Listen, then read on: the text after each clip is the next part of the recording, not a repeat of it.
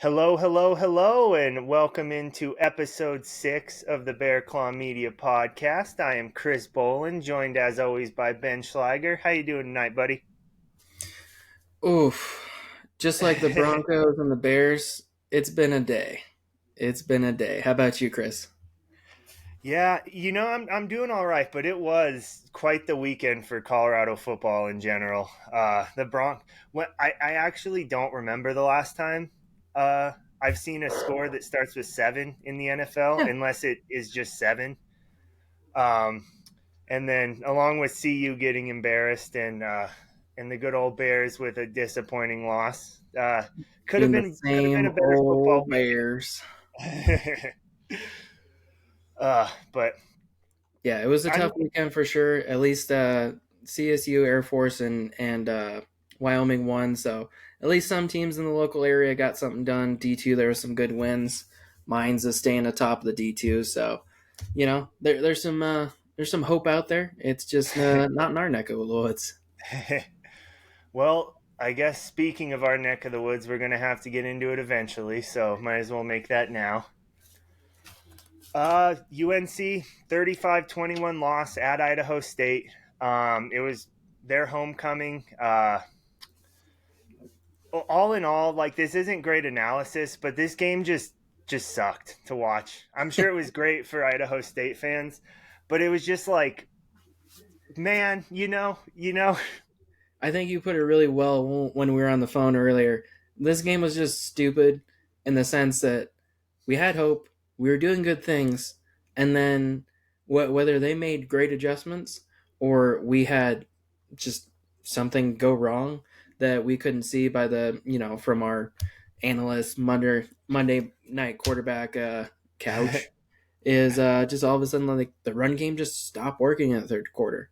You know, like Calvin Pitcher, just like the one of the announcers said, he had enough. He came down, he came in the run game, and stopped Afari for a 1 yard loss, and then magically, like our run production just went downhill. Still a great showing from both the running backs. I mean, it was crazy. Like we had a Afari at 108, Darius Stewart at 124. To have maybe not prolific, but to have a noticeably impactful run game is fantastic to have back. I Um, mean, compared to the first 3 weeks of the season, I would call this entire offensive performance pretty prolific. I mean, two Um, 100-yard runners. I don't remember that we've done that. That's probably back to Trey Reich days for us, like him and Brandon Cartagena or something. That's not exactly a it throwback, but it's been a while. feels like a throwback at this point.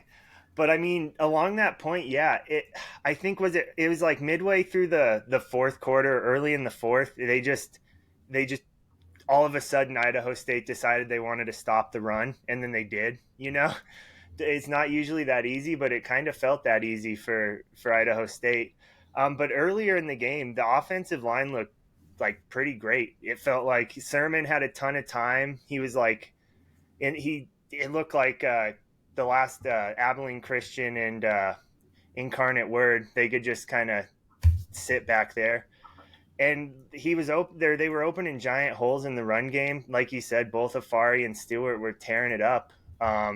But then, yeah, credit to Idaho State. They stepped up when they needed to, and they made the plays. Maybe it's because they have such an intense passing attempt that Cody Hawkins is instilled in them. Maybe that's where their defense caught us off guard. I mean, Sermon made some errant throws here and there. There was a few unlucky throws, but ultimately, what usually is our strength was, I mean, we outdid ourselves on the ground, 264 to 223 through the air. So kind of a weird day where like usually like we're relying on Sermon just huck one down the field and kind of save our butts, and to have a running game is really nice. Like you said, we got a lot of good looks with the linemen, whether or not we made something of the drive or not. But it was kind of tough of just seeing Sermon have a tougher day. It wasn't even that he did anything too wrong. It was just little imperfections on timing, The Haggerty fumble, that, well, Oof. Let's save that. We'll get to that later. oh man, yeah. So But there was lots of good things from the Bears, even though it doesn't show up on the box score. yeah, you touched on a couple things that interested me there.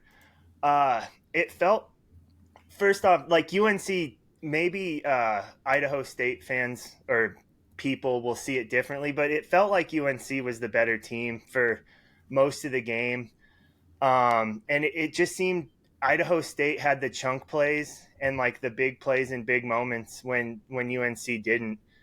And like the Bears would drive the ball down the field, they'd consistently get it into Idaho State territory, and then like first down run up the middle loses a yard, then second down incompletion, and all of a sudden it's 3rd and 11 at like the 40, and it's another incompletion, 4th and 11, like a almost impossible field goal or just a long fourth down attempt. They couldn't get any chunk plays, and when they did, like you said, Haggerty, it kind of takes all the wind out of your sails. I mean, the game started off so encouraging where we pick off on the first play, and it's like I had to like look around. I was like, wait a minute, first what? First play? Okay, this game might be all right. And then we kind of pissed away that drive. You know, just the moment was a little bit too big for us. We kicked the field goal and it just didn't quite make it. Um, you know, and then the very next drive, we started off and it was a tip and almost same thing. Almost got 2 picks in 2 plays, and it was like, wow, Bears are like really on it. Like they must have scouted something, must saw something on film, like just be in the right place, or maybe they script and they usually start with this side of the field. It was really nice to see something just where we had the upper edge for once. But even when we were doing good, it could have been a tie ball game and just little mistakes, kind of like you hinted at it when it was the Washington State game, as it's really lucky that defender didn't pop out that ball and then came back to bite us. As Haggerty slowed up right about the 7, kind of like trotted in about the 4, popped out. It's like, Ooh, great sound oh, effect. and like it seemed okay, and then you saw the replay and it's like, oh no, he is so out. Like refs Yeah, called it a so touchdown on the field. Announcers were like thinking it was probably a touchdown. You go to the replay and it's like, oh no, yeah, oh the, no, the minute you saw that replay, he was like, because live you could be like, okay, he was like kind of in the air, like right, getting inbounds, like the announcers mentioned, like, is this? I actually like don't know the rules. Is this like basketball? Like you have to establish yourself in, and then it didn't matter as soon as you saw it. Like again, it was, and it didn't even feel like he slowed up that much. You're right, like around the 7, and then he kind of like turned off the jets, and then mm-hmm. really kind of sputtered around the 4, but it was just a great hustle play, honestly. Like, again, kudos to that Idaho State guy. You can't have it as Haggerty, obviously, Right. but that's the type of play every coach loves. Like typical going to be shown in a bunch of meeting rooms Monday morning. Oh yeah, he's gonna see that for the rest of the season. His coaches are gonna tease him. Eventually, it's gonna be all fun. It's gonna be a funny joke, and he's a freshman, so he's got Yeah, in time 4 years. to. Yeah, he's got fresh. Well, yeah, he'll either stick around, or he'll learn to not freaking do that again. So he's got time. We'll just talk it up to a rookie mistake that just really sucks. On the positive, though, he did finish with over 100 yards, and that's with 80 of them being basically negated, right? Oh Or does man, that, that's or is something that to think 100? about. If because I don't think that reception counts. He Yeah, would have how been does that go 7 for down in the stats? 188 and a touchdown. Like that would have That been like looking at maybe Big Sky Player of the Week. Not that we would have won, but that would have been some sweet stats for sure.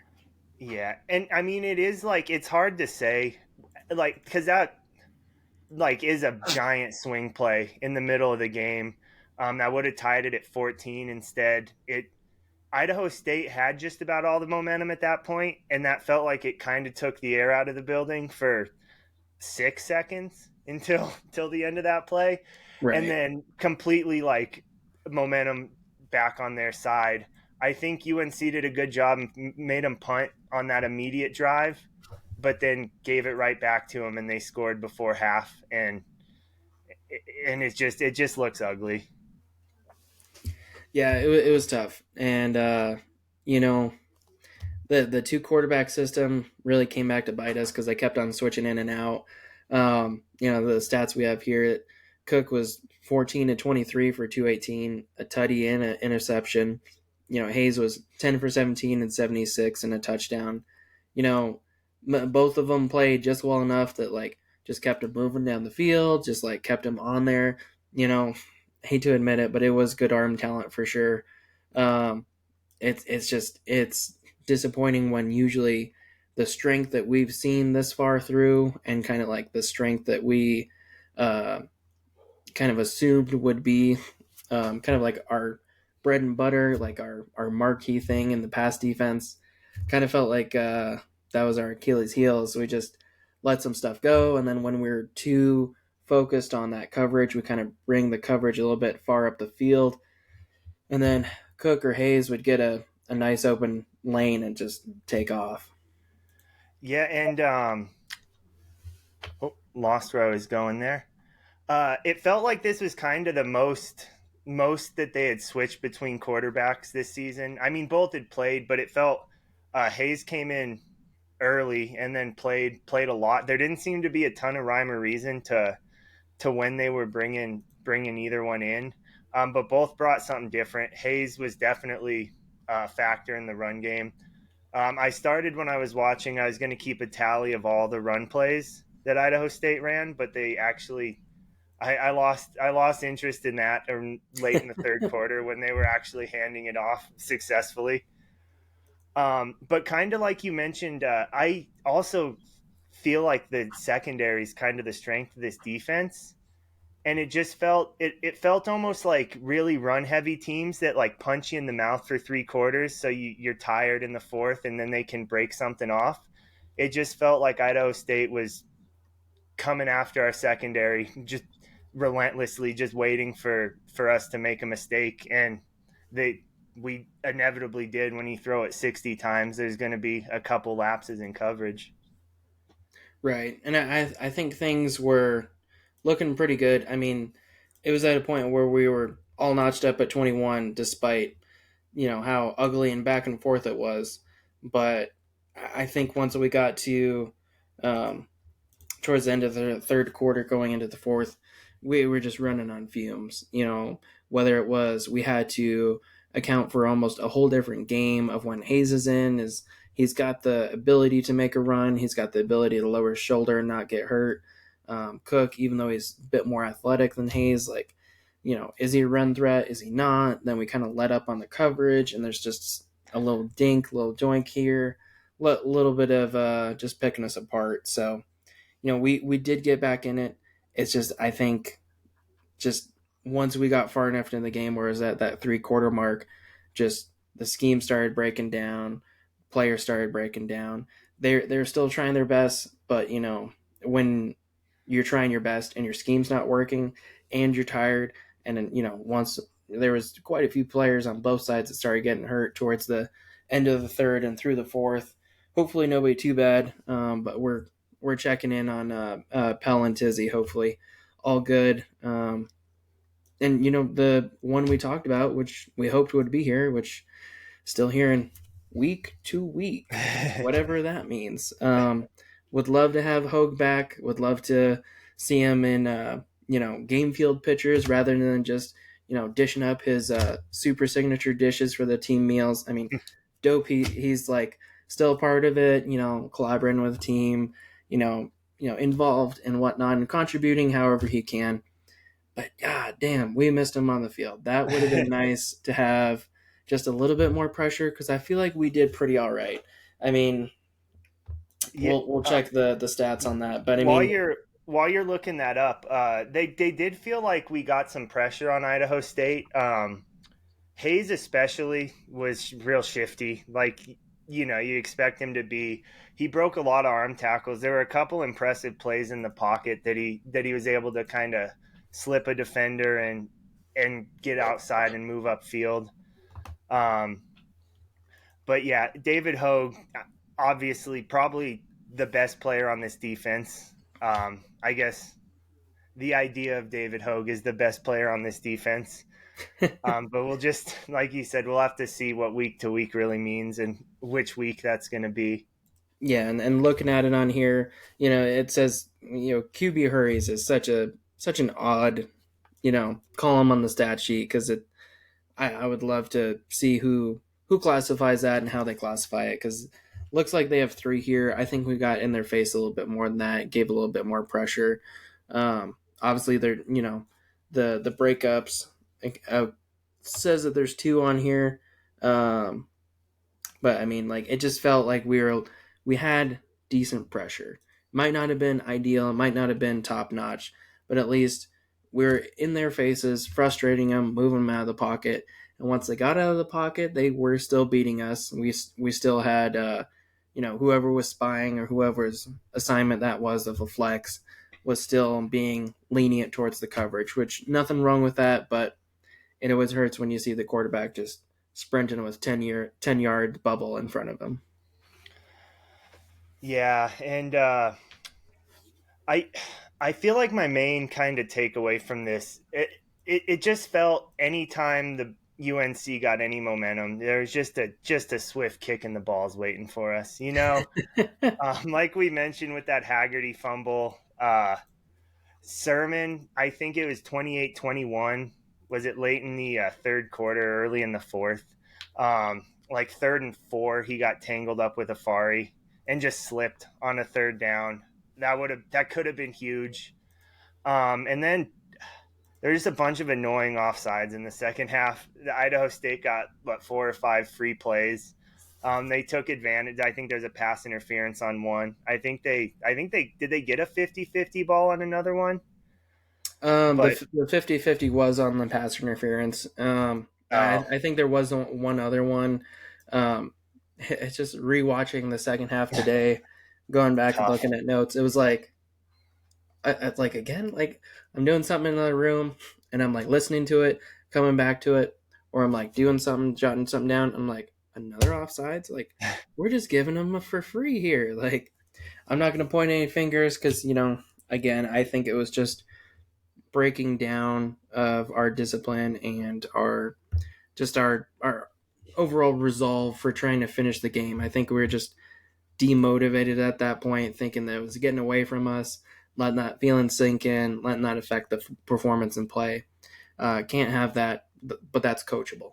We can coach past that and get past it, but that doesn't help us because game's done, scoreboard's off. So kind of sucks this week, but uh, you know it is what it is. The other thing is we didn't have to suffer through the rainbow bleachers this time.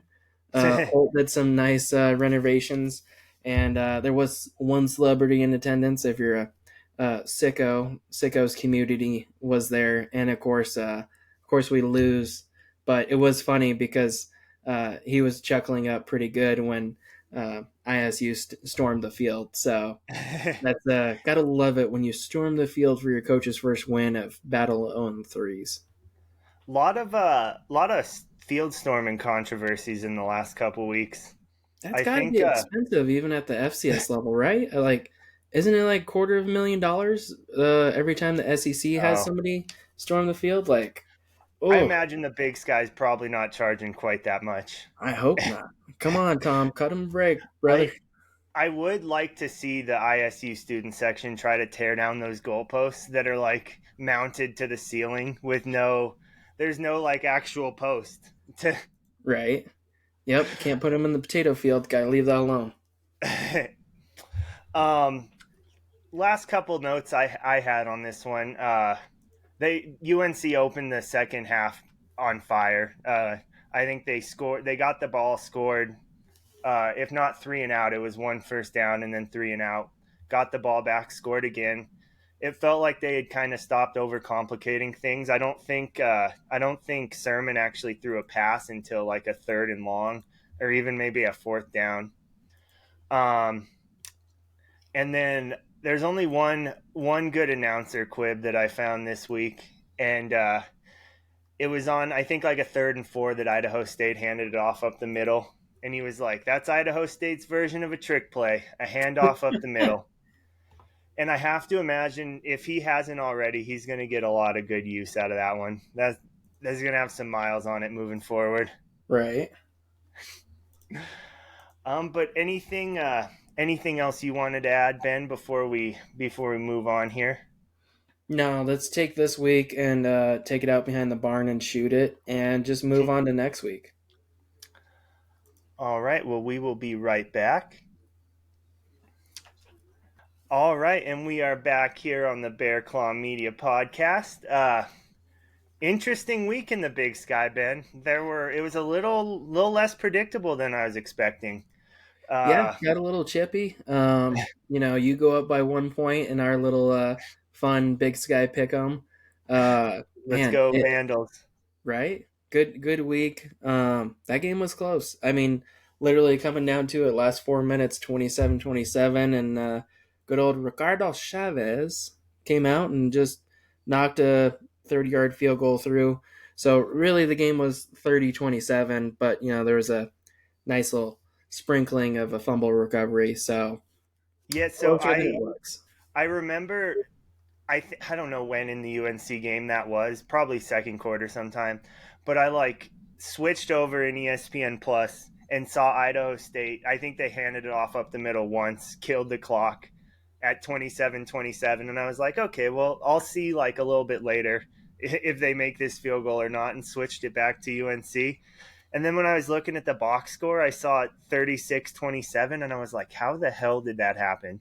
Right. But it doesn't make sense on the kickoff return there, making it look a little less close than it was. Yeah, just 9 points in 1 second. No big deal. But that one snapped a few streaks for Sac State. They had won 19 straight in the Big Sky, 12 straight on the road, and then 22 straight in regular season. Um, I mean, it was a hell of a run. Yeah, came streaking to a halt, that's for sure. You've done better. Um, but that one, it did not disappoint. We had that one as our featured matchup. I'm sure we were not the only podcast that picked out that game. Um, but yeah, I think, correct me or you may disagree, but it felt like Idaho was a little bit better on the whole than Sac State. Don't get me wrong, it was a close game, but it just felt like Idaho would have lost the game more than Sac State would have won it if it had gone the other way. I don't know. I kind of disagree, just a smidge. I think home field kind of tipped it just slightly. I think if this Very fair. game is played in Sacramento, it comes right down to the wire just again. I think Sac State, they really went out of their way as a full team performance. Not that Idaho didn't. It's just they had the little things. It was like the run up the middle, and all of a sudden, linebacker comes from behind, pops it out right into the hands of number 5, I believe, and it was just like those little things where it just seemed like Sac State was like trying just a little bit harder, and it wasn't. It was a little bit less obvious. I think Sac State had a better effort on the day, but Idaho had better production. So at the end of the day, I think we still get a good game no matter what. It's hard to overcome that offense from the Vandals. They're just killing it with that receiving core. They they just have so much firepower. It's fun to watch. I'll give them that.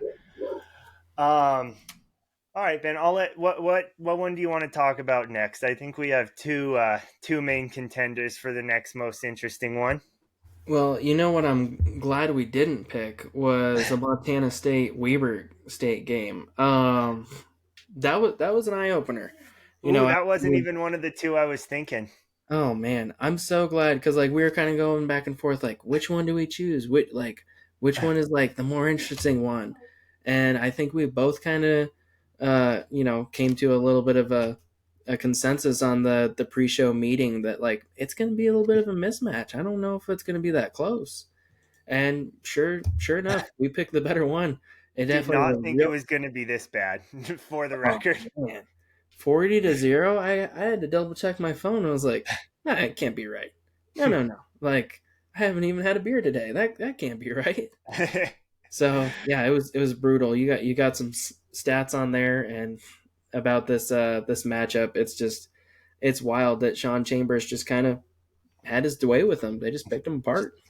did whatever he wanted. Yeah. I think he had like 230 yards passing too on only like 8 completions. So a lot of big plays for Montana State. Um, yeah, this is Montana State's first shutout since 2016 when they held D2 Western Oregon. They shut them out 55-0. They held them to 0, but you probably already knew that.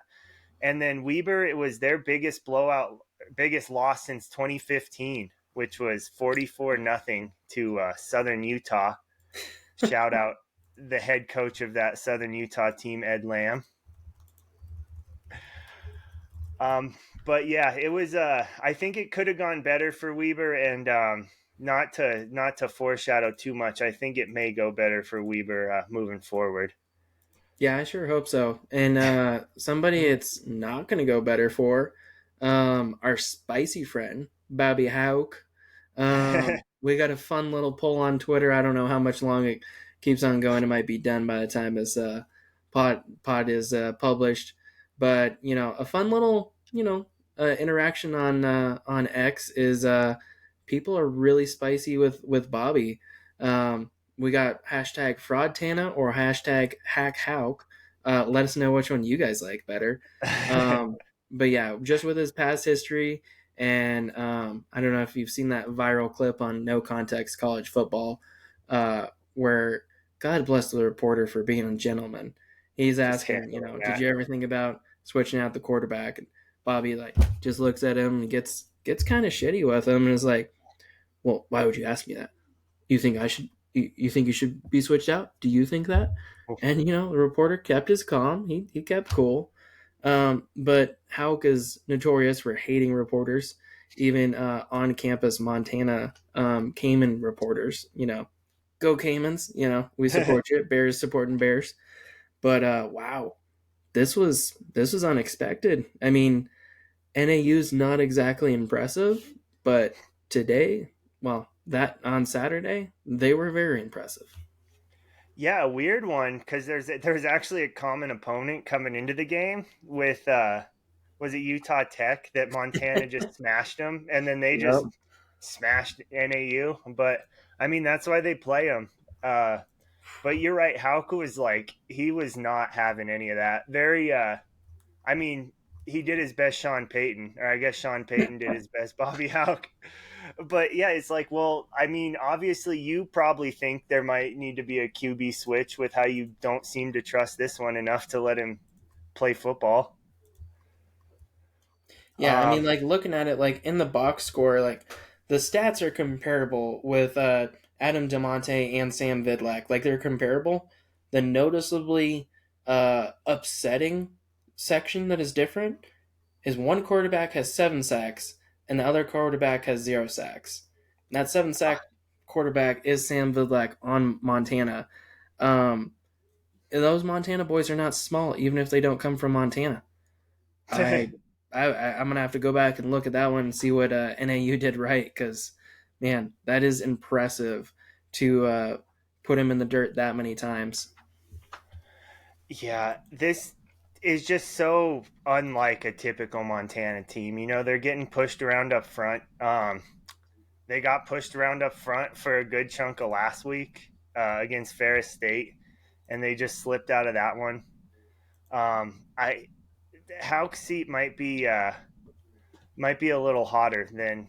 I mean, I guess it's not even that surprising. I coming into the season, I think people close to that Montana program were talking about how disappointing Hauk has been in this second stint. Well, I think just how lackluster the defense is. I mean, like, it doesn't matter if you even cheat tackles to Robbie Hauk, even if he's not on the team anymore.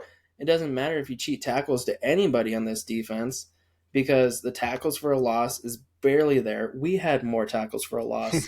against Idaho State, they had no sacks, no forced fumbles. They did get 2 picks, so kudos there. But you pop over to NAU's box score section for their defense, littered with tackles for a loss. Obviously, got 7 sacks. They forced a fumble, and there was an interception, and they had 6 pass breakups. Like, the NAU defense was just humming all over Montana, and it's not exactly a defense that we would necessarily pay any attention to, other than the fact that they took Montana and bent them over like a bad child and spanked them. It Like, the does box feel score like is not that bad, but the looking at the stats on the defense is the Grizzlies were getting thrashed. yeah, and shutout in the second half too. That's rough when you're trying to make a comeback. Um, but I wanted to respond to a comment from our boy Nathan Louis Brand. Please, if I'm butchering your last name, let me know. Give me the little parentheses pronunciation. He asked if we watched much of that Montana versus Ferris game and what we thought about Ferris's size and speed. He said they look like mid to upper half of the Big Sky team to him, easily top 30 FCS, and Massey ratings agree. Um, I don't think I'm the premier expert to speak on that, but one thing I will say is I'm very glad that UNC did not play Ferris State in their non-conference schedule because I don't think that would have went well. So I guess I agree with you, Nathan. What are your thoughts on that, Ben? Yeah, same here. I did watch that Ferris State game against the Grizzlies, especially since it was kind of eye popping on the column. It wasn't to this degree where Montana was getting absolutely ragdolled, but they were getting pushed around every so often by the Ferris State line, and they were competitive the whole game. Like, it was more so of Ferris State took them out of the game rather than Montana taking control of the game. So I gotta say, like, it's pretty disappointing. I mean, what are you gonna do? I mean, the coach is acting like an a-hole when they're Well, not that's not proving fair. themselves to be all that worthy. I mean, that one win against the you know top the D2 champion. I mean, shoot, if this was us when we were the D2 champions and we got that close to Montana, we'd be having a celebration in the street. I mean, our boys going back to back. Respect to all those And then guys that were part of that. our coach left for Montana. If we would have beat them, we would have been thrilled And Joe Glenn's probably pouring one out for the for the respect of Grizz. Montana. Um, I think it's probably worth mentioning. Nathan did comment that before the Montana game this weekend. So I don't know if his opinion on Ferris State would have changed after seeing this performance. But seeing as we're not a Montana podcast, we probably spend enough time on them, and there are plenty of those out there. Eastern Washington over UC Davis. The Eagles. They won me over. You did it, guys. Yeah, you're on my radar officially. Um, Tight game. I still think UC Davis is a solid team, despite last week. They didn't look super impressive either. And Eastern Washington back in the top 25. I think they are number 25 on the. Oh no, they're number 19. What was I looking at? But what were your thoughts on that? Getting us back on track. It's nice to have one win over the splits that we had this week for our pick'ems, even though it's not the 2.1. But yeah, Eastern, they're showing their roots. They're showing that they can recoup and come in and swoop down and show the Aggies who they are, even if they are in Davis. Um, you know, Good for Eastern. I think Kiko Vesperas is going to continue to get better, and he's going to continue to mature as the season goes on. I mean, looking at this, like, they took the lead early, and well, I mean, UC Davis got the first points on the board, but once Eastern was in the driver's seat, it was a little scare in late in the third, but they came back and got their touchdown early fourth and kept it. I don't know. I think everybody's given a lot of credit to UC Davis for like, oh, they're gonna like surprise people, they're gonna finish high. Well, when you have an easy schedule and you're letting these medium games get away from you, that easy schedule is gonna look a lot harder next week. Yeah, and there is one more game we didn't talk about with Portland State just absolutely putting it on Cal Poly. But I think we can kind of let that bring us to our next thing here, and our updated Big Sky Power rankings for the week. I think that UC Davis Eastern Washington game, along with that Montana game, and the that Portland, honestly, all of the games, they kind of they led to a lot of movement in both of our power rankings. You still have Idaho as number one. I still have Montana State as number one. Um, I mean, we pretty much agree from 8 down minus like one flip flop, but that's just because I was down bad when we sent out our rankings to Brian over at Tubbs of the Club. You know, 8 Montana, Portland State, Idaho State, we all agree on those, and then we flip flop UNC, Cal Poly. this was my first week not having UNC in the last spot, just because I think Cal Poly was overhyped coming into the season, and then their non-conference schedule didn't help that much. But I guess my big thing is it a different grouping than we? I mean, it is a different grouping than we thought. We thought there was a top six, Eastern Washington, and then a bottom. Where how does it kind of shake out in your mind now? Are there tiers? Is three tiers, four tiers? What? How do you see this? Take that kind of any way you want to. Well, I think the beginning of the season is nice and cute, and everybody knows what's going to happen because everybody's a freaking expert. So, you know, we had our cute little halvesy tiers, and then the action comes along for the season, and everything gets a little muddled. The ones who should be on top are kind of sliding down. The ones who are like should be a bottom dweller are kind of creeping out, asking if they can have a piece of bread before they go back in the dungeon. And Eastern and Montana, they might have to slip swap. Kind of sucks, but yeah, I don't know. I think definitively we have a top seven, and you know, Northern Arizona and Montana, they can decide who gets to stay in that top seven as the season goes on. But I think NAU played above their belt this week. I don't think they'll continue to do that. I don't know what Montana's going to do because it's a dumpster fire. They're the worst 3-1 team out there, that's for sure. But And they're definitely they're the worst, like 14th ranked team overall in a while, I'd say. oh, Where did definitely. they fall? Where did they end up fall? 18th overall. Still feels, it feels high, but that is the game that I just don't know what to take away from it really. Is Northern Arizona is Northern Arizona like, are they going to compete consistently? Is Montana that bad? Was it just a it doesn't feel like it was just a bad week for the Grizzlies because they didn't have a great week last week. Um, I would not bet on either of these teams. Like, Northern Arizona has been such a roller coaster with Chris Ball there. Like, there's been really shining moments like this, and then there's been, in the dumps moments where they piss away a game at Nottingham last year. They're all over the map. So they're kind of a wild card, and they definitely got to play spoiler this week. Montana, I don't think they'll stay down, but it's a bad look on 'em for sure.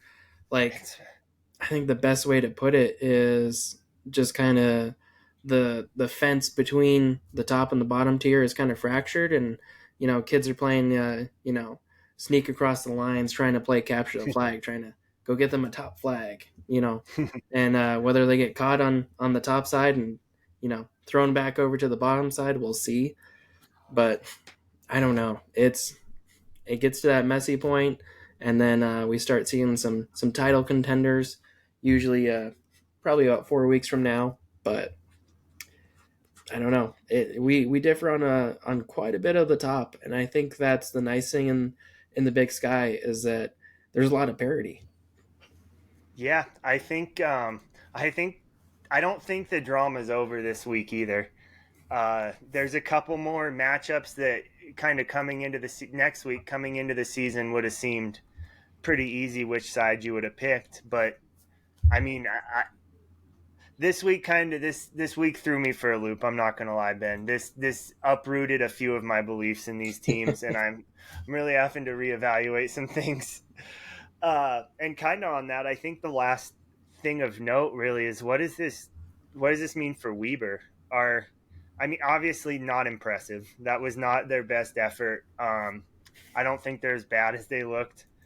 But is Montana State just head and shoulders above the next level? I think it's kind of shaken out that Idaho and Sac State are number 2 and 3 in whichever order you want to put them. I think you kind of have to have Idaho ahead of them now, just because of the head to head. But what are your thoughts on that game and kind of what it means for Big Sky play moving forward?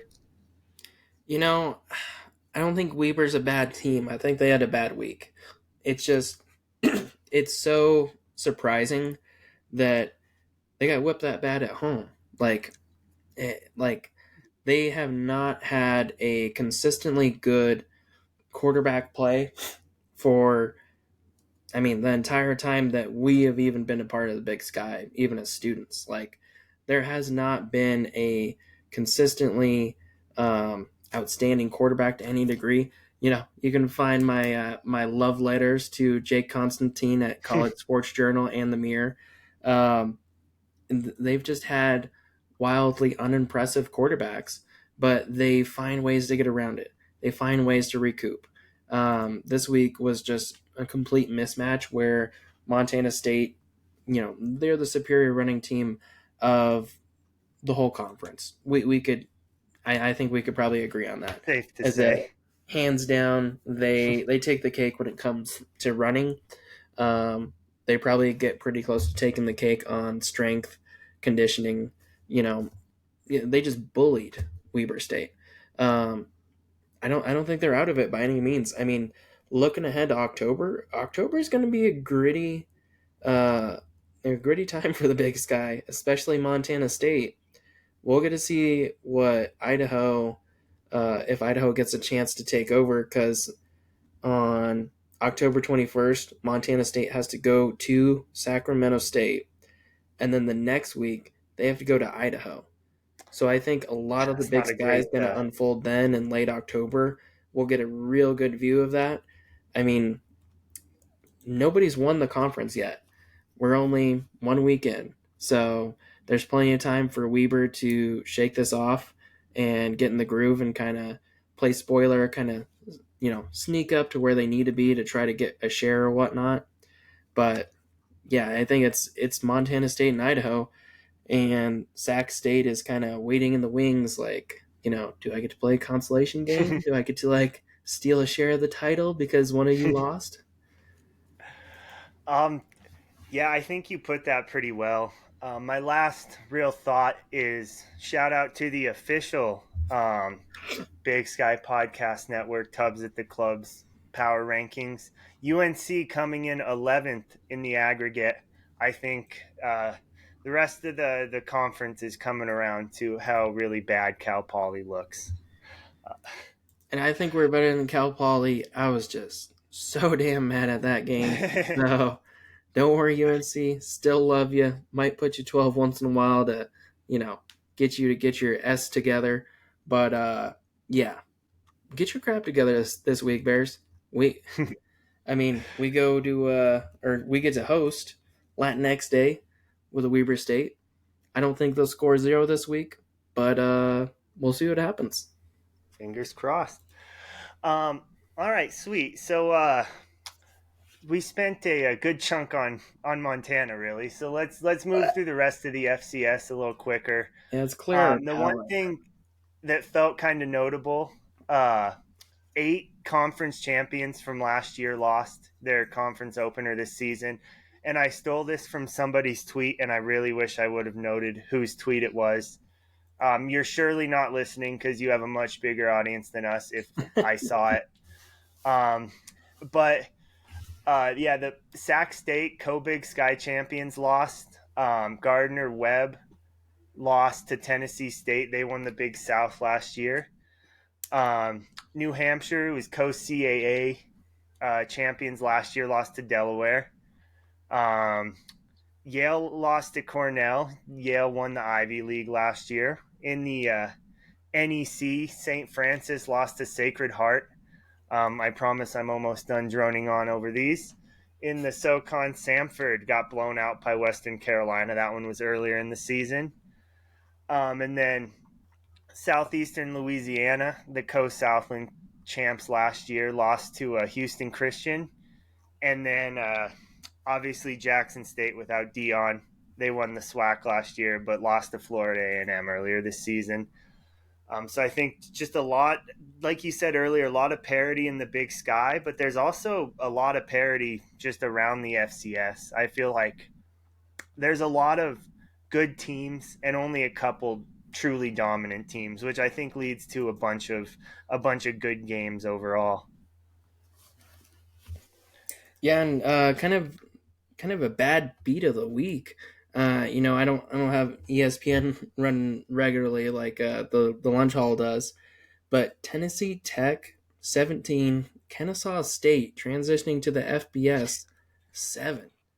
Like that is wild that a usually 100th level FCS team just comes out of nowhere and just smacks a FBS team to be right in the mouth. I mean, Kennesaw, what are you doing? Are you tanking for the FBS? Like you already paid the fine. There's no draft You're moving picks. up, brother. Like what are you doing?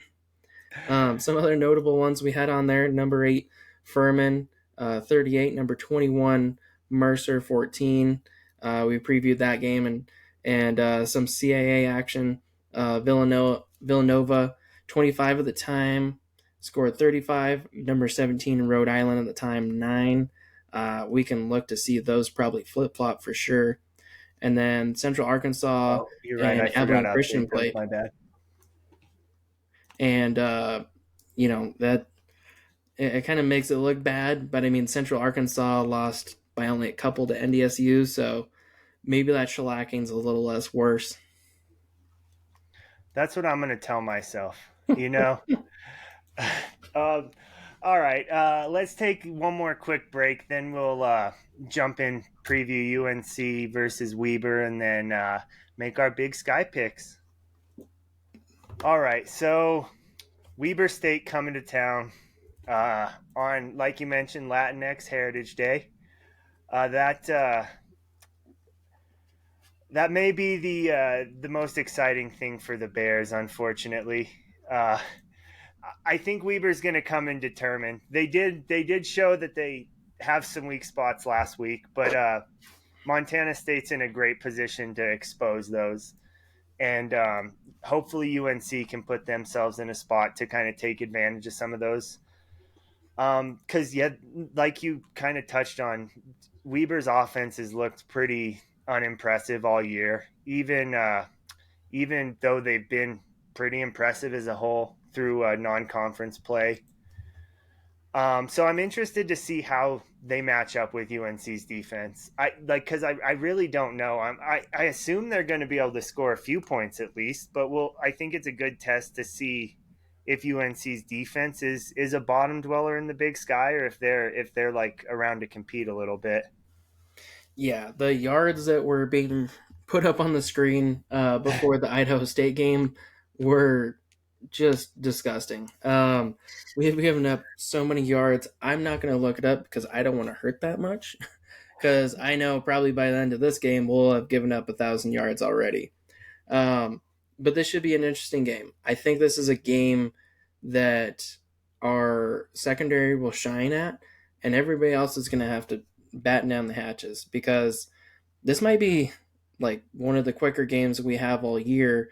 Um, you know, because Weaver has just such a such a commitment to the run. We're almost getting a flip flop of last week.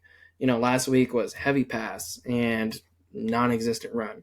This week, it's not that the pass is non-existent, but it's going to be such a heavy run emphasis, especially for their running back, um, for Damon Bankston. Um, he's really just been running over people, setting up highlights. He only has 370 yards on the year, but he also has 5 touchdowns, averaging about 90 yards a game. But it's a gritty 90. It's putting people in the dirt type 90. So this will be an interesting game of does the running back committee of Weber State just absolutely run us over? Because I mean, Bankston's only 195, but he runs like he's 250. And then Chris Jackson, he's a bit of a bruiser back as well. So we're going to be taking our lumps. We're going to be earning every tackle. We can't do any of that noodle arm crap anymore. It's going to be wrap up, drive your legs, throw them to the ground. Um, like we talked about, the quarterback, he's had struggles. Can we kind of pick on him? Can we emphasize those struggles and make it just run versus run? Can Sermon kind of turn it up with being at home, having a little bit, familiar sight lines to throw that deep bomb and not kind of have it go a little bit off target, get a little squirrely from him? It's going to be interesting. It's kind of a flip flop from last week, so lots to tune up on.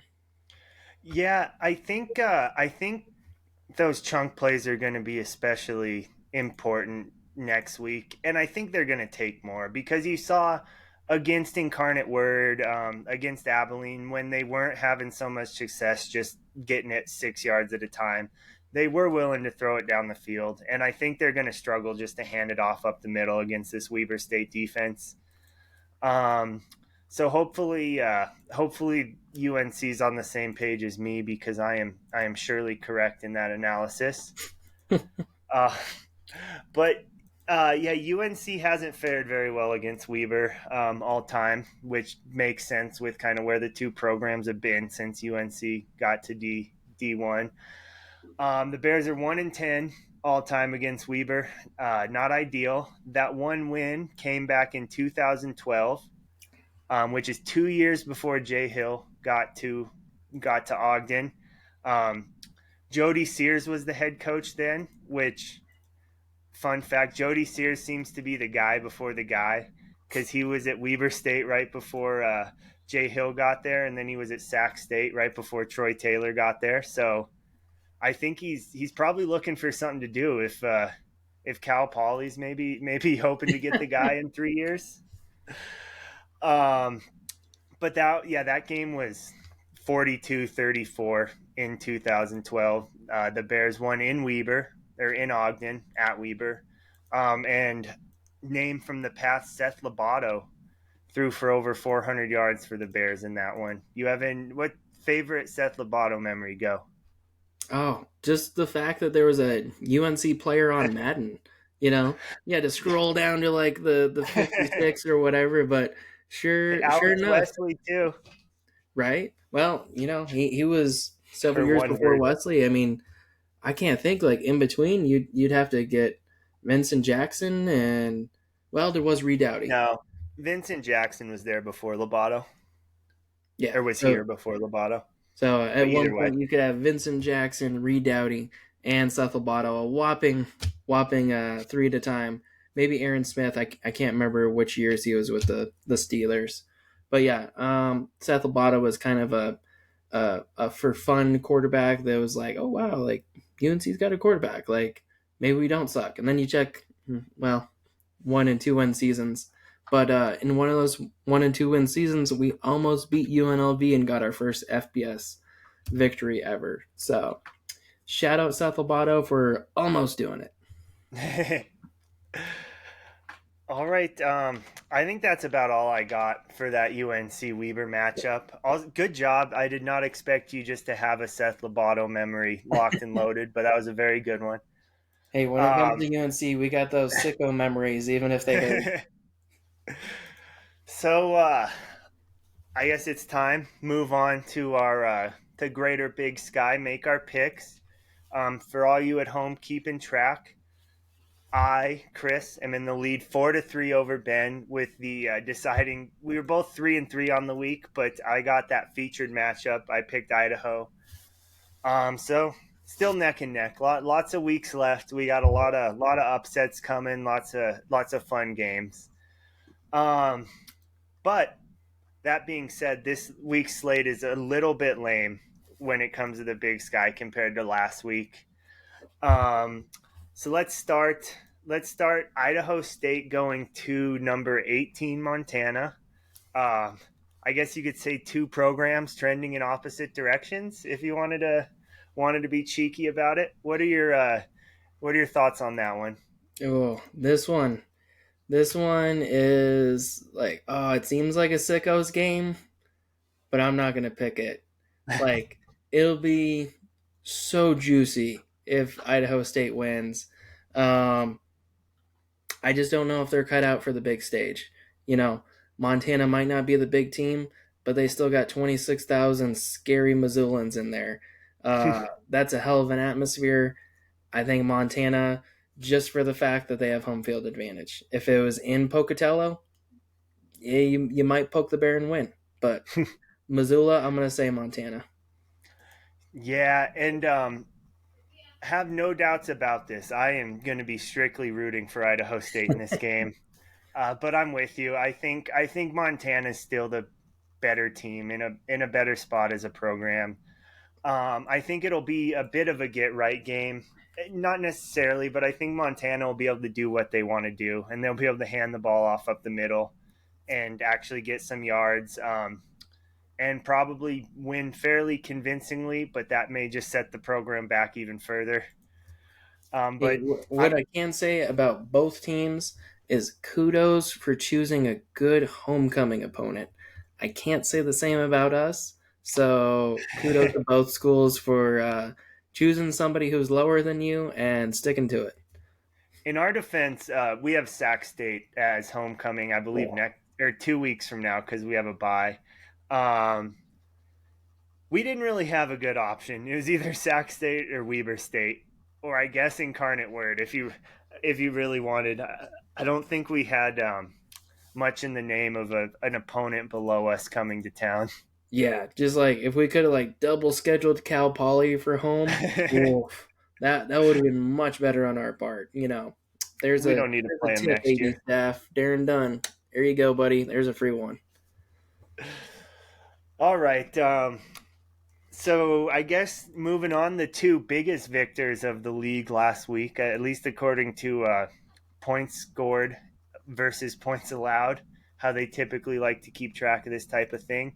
Portland State heading to number two Montana State. Uh, Take it away, Ben.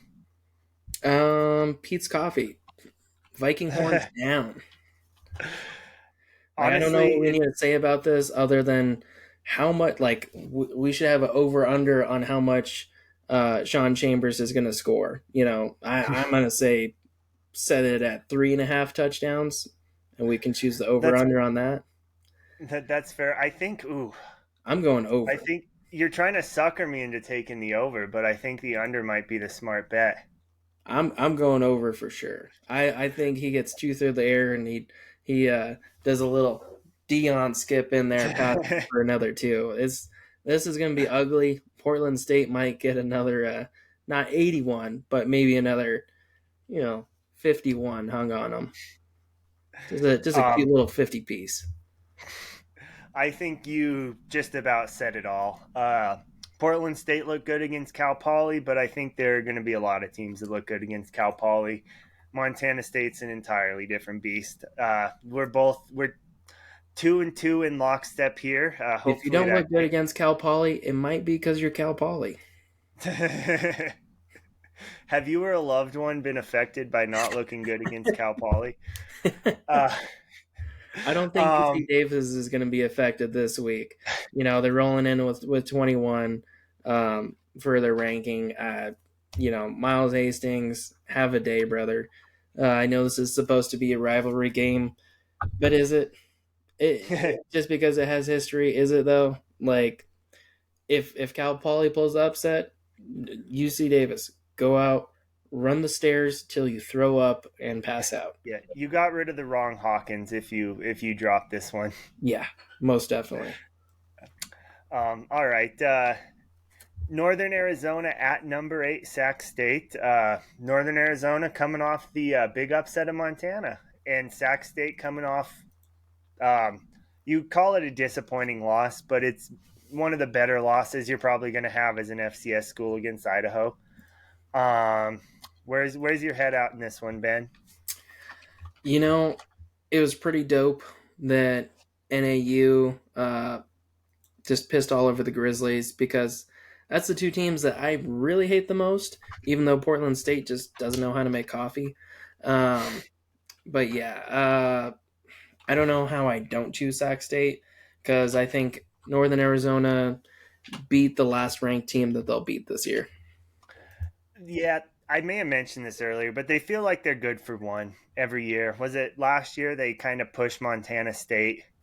Um, they're frisky occasionally, but I agree with you here. I think Sac State's just in a different class. Well, I mean, it was And one it, or two seasons ago. They took down one of the in-state FBS schools. I mean, good for them, but kind of like you said, they weren't worth much the rest of the season. They're good for a shocker, it, and all right, this gum's yeah, stale. Let's throw it out. yeah, they got theirs out of the way early this week Yeah, move or on to this cross year. country season for them. All right, well, that's unfortunately for the standings here. That is 4 games and 4 games we agree on, and I don't think this one's going to be much different. Moving down to the fart noise category, we have our beloved Bears hosting number 13 Weber State. You have the floor. Um, it'll be good to have a hot dog at Nottingham again. You're Like excited for football in person. Me I, as I well. I love to see the Bears in person. They're always more fun than catching them on ESPN Plus. Um, but yeah, I love the Bears. I'll root for them until the clock hits zero. Uh, but yeah, even with Weber at 13, I think that's 93 spots high enough. That we're just not going to touch them. Yeah, It might be I close. hate. Like, I mean, even when we had Montana State in town before Montana State had the identity that they have now, we had a cute little 27-24 game against them that we lost, and it felt like real good, but it was still a loss. Like, that might be this weekend, is we're never really in the game, but we, like, get some points late, and it feels, like, not as sour. Yeah, somebody scoreboard watching or is gonna look at the box score and be like, "Well, I mean, UNC only lost by 7." Right. I could see that happening. I could also see. I think most likely, um, UNC probably keeps it close in the first half and they compete, and then Weber probably their talent shines through in the second. That being said, I would love to be surprised. Um, all right, and similar to last week, you're probably thinking, you guys skipped the most important game of the week. And again, no, we did not. You got to keep up. You got to keep up. We're doing the feature game last. And this week, that is number 4, Idaho at number 19, Eastern Washington. We kind of talked about doing North Dakota at South Dakota State as this game, but it just felt like neither of us really thought that one's going to be super competitive, even though it is a top 15 matchup. It kind of has the feel of Weber State, Montana State last week. So I'm gonna make you choose this one since you're in the lead. Um, Number 4, Idaho goes to Cheney, Washington, to face the Ewu Eagles, a place they typically struggle. Chris, who's gonna win? Ah, you know what? I'm bummed you made me go first on this one because I was probably going to choose the other team that from what you chose. My heart is telling me, or my heart's telling me to pick Eastern Washington just for the kecks, but I think my brain is saying Idaho's a better team. As fun as Eastern Washington's been, Idaho's shown they're in a different class. fuck it, Eastern Washington. Unless you were gonna pick Eastern Washington, one of us needs to be on them. Oh, If you want them, I'll take Idaho. We need a differ in one pick at least. yeah. You know, I love Idaho. Potatoes are great. And gosh, Me too. Me too. If it makes you feel any better, same. oh Um, man. will say Like would not have expected us to think this hard about this one coming into the I know season. it's if it wasn't the fact that Montana and Idaho typically suffer in there, I'll take Eastern Washington because I'm not sold on Ooh, Giovanni McCoy yet. I'm ooh. sold Okay, on that's perfect because I'm entirely sold on Giovanni McCoy. I'm sold So on the offense. I'm sold on uh, the corners and the linebackers as much as that doesn't make sense for Idaho because like usually they're just practice squad Ellis brothers. But yeah, like I just feel like Cheney's weird, and I'm not trying to be Idaho hater. I love Idaho. I just hmm. at some point I feel like it's just gonna the floor is just gonna fall out from underneath them. Like it feels too good to be true. Ben, are you aware though that Eastern Washington would be considered the Pacific Northwest? Does that concern you any?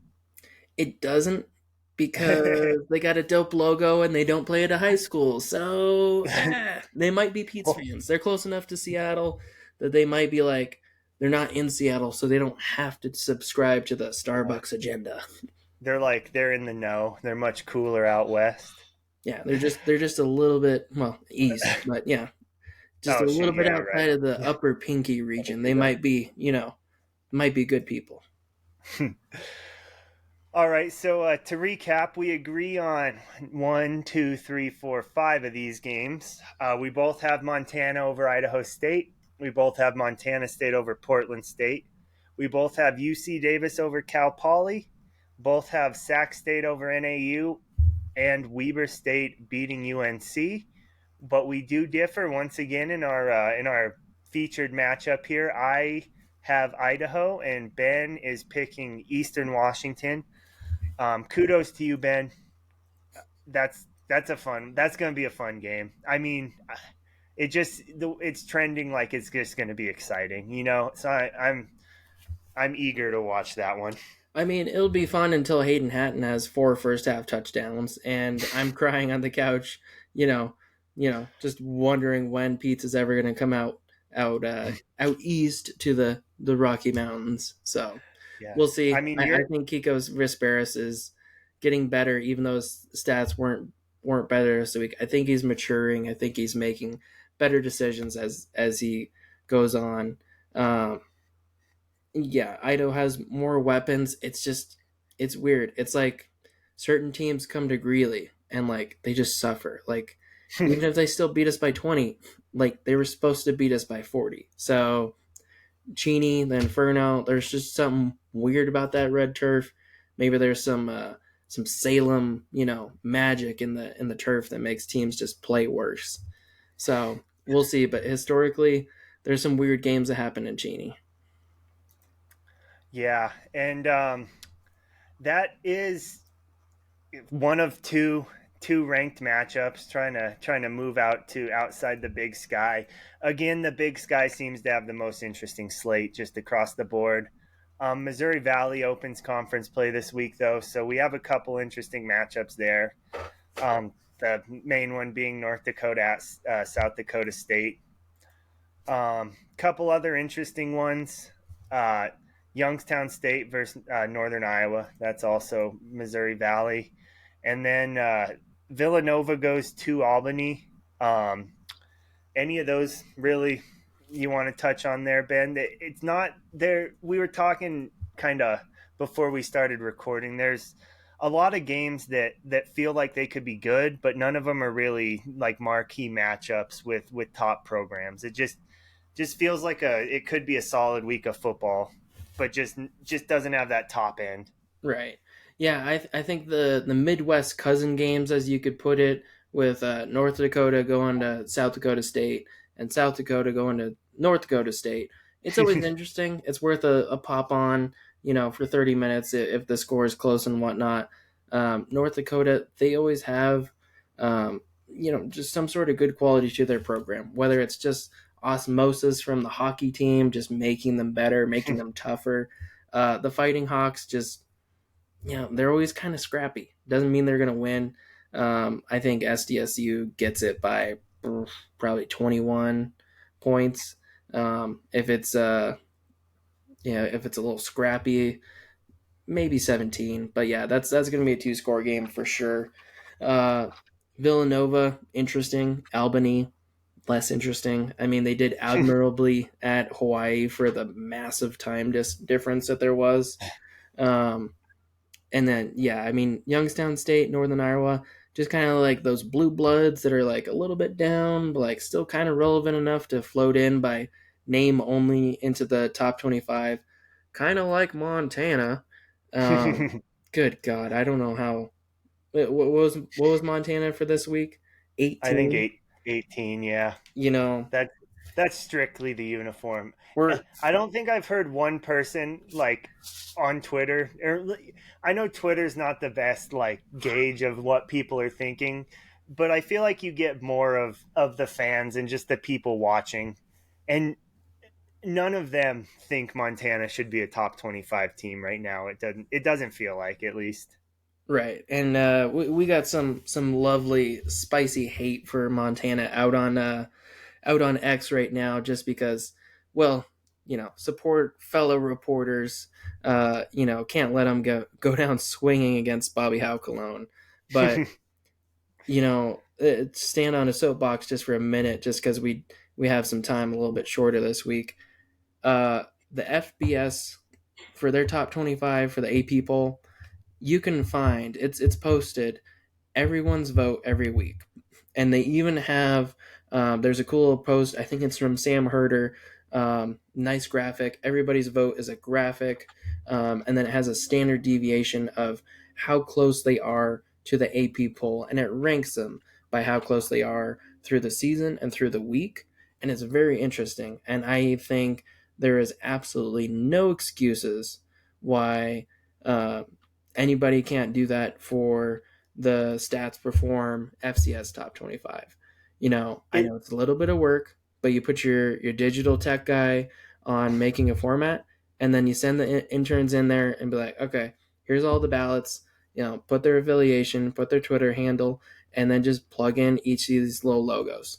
Sure, it's gonna it, suck the first couple times you do it, but just send the interns in there. It's not that hard.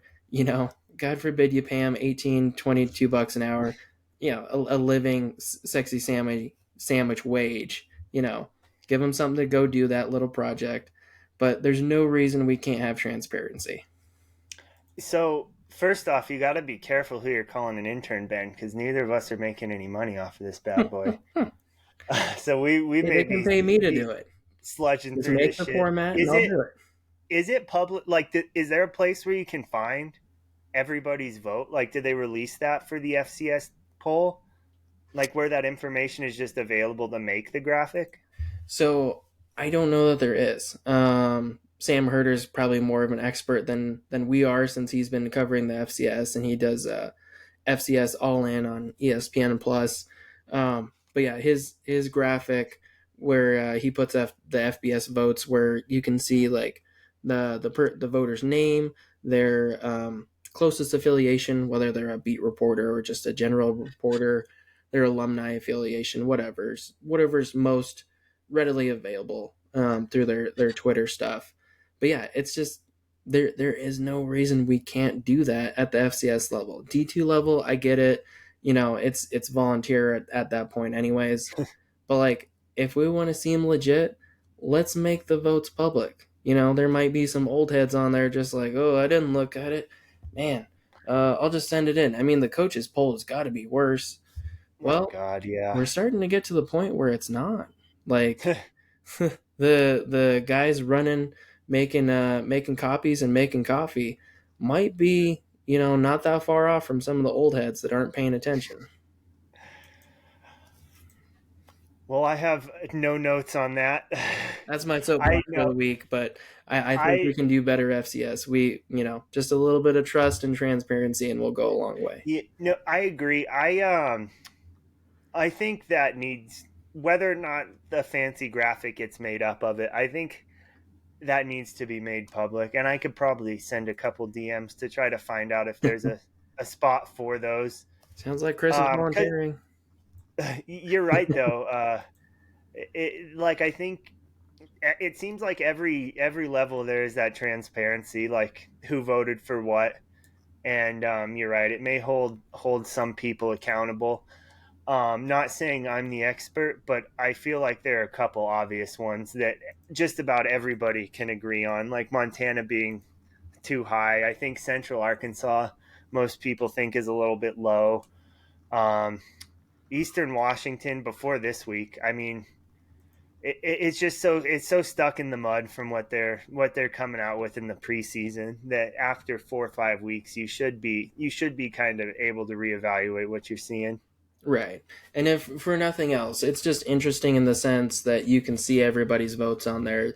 Like, for instance, the voter most closely to the AP poll was a Penn State voter, but he was not putting Penn State the highest out of everybody. I would say he put him fairly median, Yeah, if right not where. like on the average of where it was at.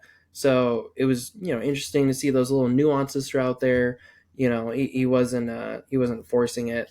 The Texas guy had his like a little bit high. That's pretty standard for Texas, but I I don't think he mean, was the highest either, they've earned it a little bit. The Hawaii guy has Texas number one, and the Dayton guy. right? Like just some like wild ones that are like, wouldn't have expected that. So even just for the sicko factor that it's like, wow, the Penn State guy is the most uniform and the Dayton guy is the least uniform. Like just fun to see. No, I agree. That would be fun. A little extra information, make our jobs as independent podcasters a little bit easier. Yeah, make it easier for us to continue being smart couch potatoes. All right. Well, I think that'll do it for us here. Um, Please make sure review, subscribe. It really helps out the algorithm. Every little bit counts. Really appreciate everybody who's listening. I see we have on our Spotify for podcasters 5% female listenership. So shout out to Ben's mom for checking out the pod. Um, And Marcy uh, giving us some shout outs. oh yeah, Marcy listening to tell me what I can do better. But yeah, I think that'll do it. Anything else, Ben, before we sign off? Hey, the most important thing we got to say this week, Chris. Vamos osos! Charge. All right, this has been Bear Claw Podcast. Thanks for listening. Have a great run, everybody.